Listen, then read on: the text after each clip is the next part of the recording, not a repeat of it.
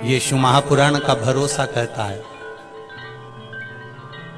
प्रसूति शिव महापुराण की कथा जितनी भी माताएं सुन रही हैं, जिनके घर में 30-30 साल तक औलाद भी नहीं हुई हो, 15 साल, 18 साल, 10 साल, 20 साल, अगर संतान का सुख भी नहीं है, तो वे विश्वास करता है जिसने 7 दिन की प्रसूति शिव महापुराण की कथा 7 दिन की अगर पूरी, भले मोबाइल पर सुने, चाहे टीवी पर सुने, चाहे पंडाल में सुने, कामना कर कर, झोली पसार कर अगर दिल से सुनेगी, तो ये झोली भले 30 साल क्यों ना हो गए हो, तो भी वो भरेगा जरूर, ये निश्चित। दिल से सुनो, कौन क्या कह रहा है, कौन क्या बोल रहा है, व्यवस्था क्या है, व्यवस्था है कि नहीं है, कौन कहाँ बैठ रहा है, कौन क्या बोल रहा है, हमें उससे मतलब नहीं रखना है। 7 दिन की कथा हमें दिल से सुनना है, बाबा से प्रार्थना करना है कि मेरी झोली खुशियों से भरकर भेजना बाबा, खुशियों से।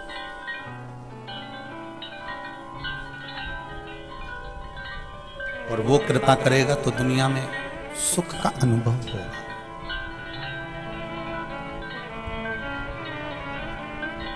शत्रुपा जी ने तप करा था, साधना करी थी। शत्रुपा जी ने तप साधना करने के बाद में जो संतान को जन्म दिया है, वो संतान कोई साधारण नहीं, माता प्रसूति हुई है। और वो माता प्रसूति कोई साधारण सी नहीं थी, जिन्होंने 9 वर्ष की आयु में तप साधना करी है। 9 वर्ष की आयु में माता प्रसूति ने तप साधना करी। दक्ष प्रजापति, जिन्होंने भगवान ब्रह्मा जी के हृदय से प्रकट होने के बाद में, भगवान ब्रह्मा जी के हृदय से प्रकट होने के बाद में जिन्होंने सृष्टि की रचना का भार नहीं ग्रहण करा, पर ब्रह्मा जी ने उनको समझाया, तो दक्ष प्रजापति ने विचार करा कि मैं सृष्टि के क्रम को बढ़ाऊंगा। पहले किन्नर की सृष्टि थी, उस किन्नर की सृष्टि को समाप्त कर दिया जाए। किन्नर की सृष्टि के बाद में जो सृष्टि का निर्माण होगा, दक्ष प्रजापति कहते हैं मैं करूंगा। ब्रह्मा जी का कहना माना, दक्ष प्रजापति ने सृष्टि का निराकरण करने का, सृष्टि को आगे बढ़ाने का विचार कर लिया। सृष्टि को आगे जब बढ़ाया जा सकता है जब दक्ष प्रजापति का विवाह हो जाए। अब दक्ष प्रजापति विवाह करेंगे तो सृष्टि आगे बढ़ेगी, संतति आगे बढ़ेगी, वंश आगे बढ़ेगा।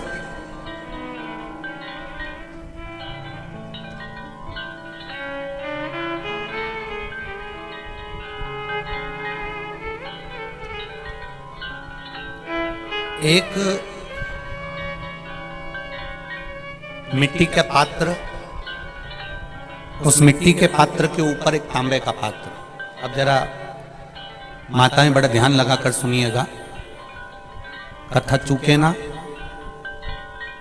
आपको 10 जगह जाकर सिर नवाने की जरूरत ना पड़े, एक महादेव के चरणों से ही आपका आनंद सुख प्राप्त हो जाए। एक मट्टी का पात्र, और मट्टी का अगर कोई कलश है छोटा सा, उस कलश के ऊपर तांबे का कलश।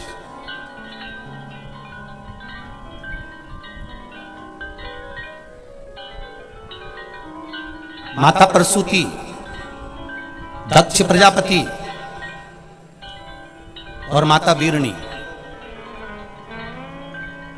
इन तीनों का स्मरण कर कर, जो बड़ के पेड़ के नीचे जो शिवलिंग हो, बड़ के पेड़ के नीचे जो शिवलिंग विराजमान हो, चाहे वो ओटले पर हो, चाहे वो पत्थर का हो, चाहे वो सीमेंट का हो, चाहे वो कंकर का हो, चाहे वो मार्बल का हो, चाहे वो जिस भी चीज का हो, बड़ के पेड़ के नीचे जो शिवलिंग हो, उसमें सीधे जब आप कलश लेकर जाएंगे तो मिट्टी का पात्र, उसके ऊपर तांबे का पात्र भरा हुआ, दोनों को एक साथ पकड़ कर ले जाएंगे। पर जब आप शिवलिंग पर दक्ष प्रजापति, प्रसूति और वीरणी, इन तीनों का नाम लेकर सीधे हाथ में मट्टी का पात्र और उल्टे हाथ में तांबे का पात्र लेकर धीरे धीरे शिवलिंग पर जल समर्पित करेंगे, और उस जल का पान उसी बट वृक्ष के नीचे दोनों पति पत्नी अगर पान कर लेते हैं और संतान की कामना कर लेते हैं, तो भी मेरा महादेव संतान प्रदान करता ही करता। पर ये जो क्रम किया जाता है ये केवल बैसाख के महीने में ही किया जाता है, इसके सिवाय इसको आप अन्य महीनों में नहीं कर सकते, केवल एक बैसाख में। और हम तो कहेंगे बैसाख महीने की जब शिवरात्रि आए या बैसाख महीने में अष्टमी तिथि आ जाए या बैसाख महीने में सोमवार का दिन पड़ी जाए तो प्रयास करना कि आप संतति के लिए, संतान के लिए आप ये प्रयोग कर सकें। शिव तत्व की प्राप्ति।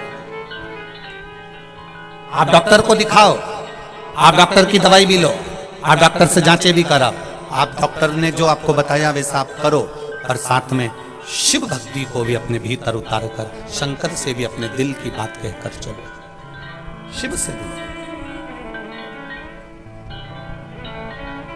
खाली ना जाता कोई दर से तुम्हारे, मैं भी खड़ा हूं नंदी बाहे पसारे। बाबा आपके चरणारविंद का रस तत्व हमें प्राप्त हो। 9 वर्ष की कन्या प्रसूति तब साधना में लीन है, 9 वर्ष की कन्या प्रसूति भगवान के भजन में लीन है। समय दक्ष प्रजापति का मंगल विवाह करना है। क्यों? संतति को आगे बढ़ाने के लिए, संतान को आगे बढ़ाने के लिए, और इस पूरे ब्रह्मांड को एक संतति देने के लिए करा।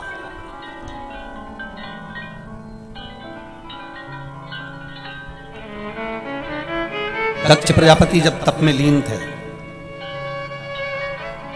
कहा, ब्रह्मा जी ने आकर कहा, दक्ष प्रजापति तुम तप में तो लीन हो, परंतु हमारा विचार है कि तुम अब संतति को आगे बढ़ाओ। तो मैं संतति को आगे कैसे बढ़ाऊं? आपको विवाह करना पड़ेगा। किससे विवाह करूं? भगवान ब्रह्मदेव से भगवान दक्ष प्रजापति कर रहे हैं कि मैं विवाह करूं तो करूं किससे?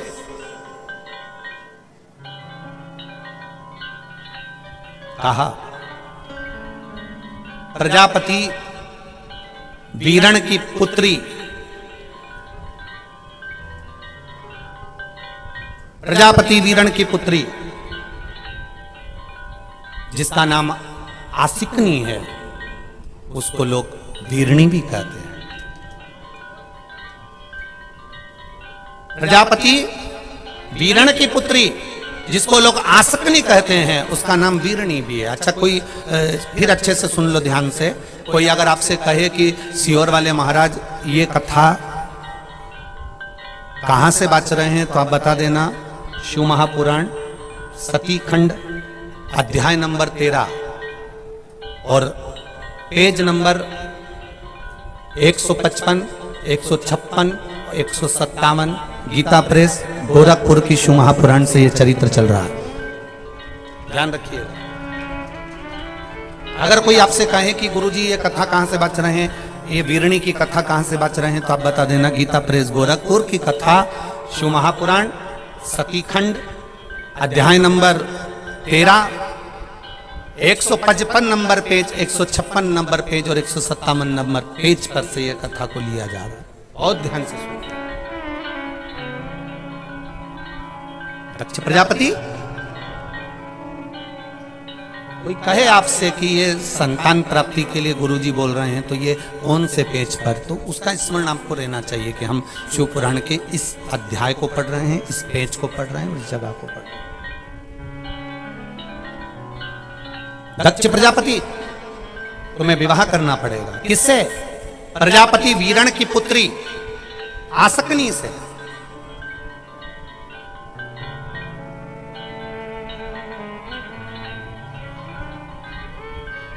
ये वही कन्या है आसकनी।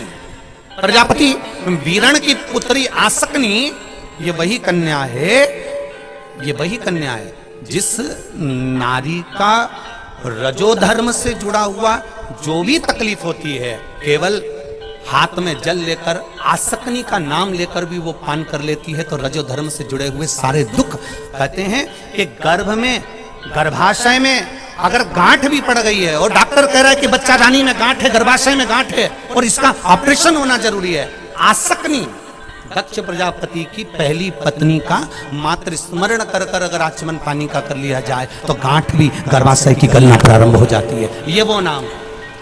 ये वो शब्द है। ओम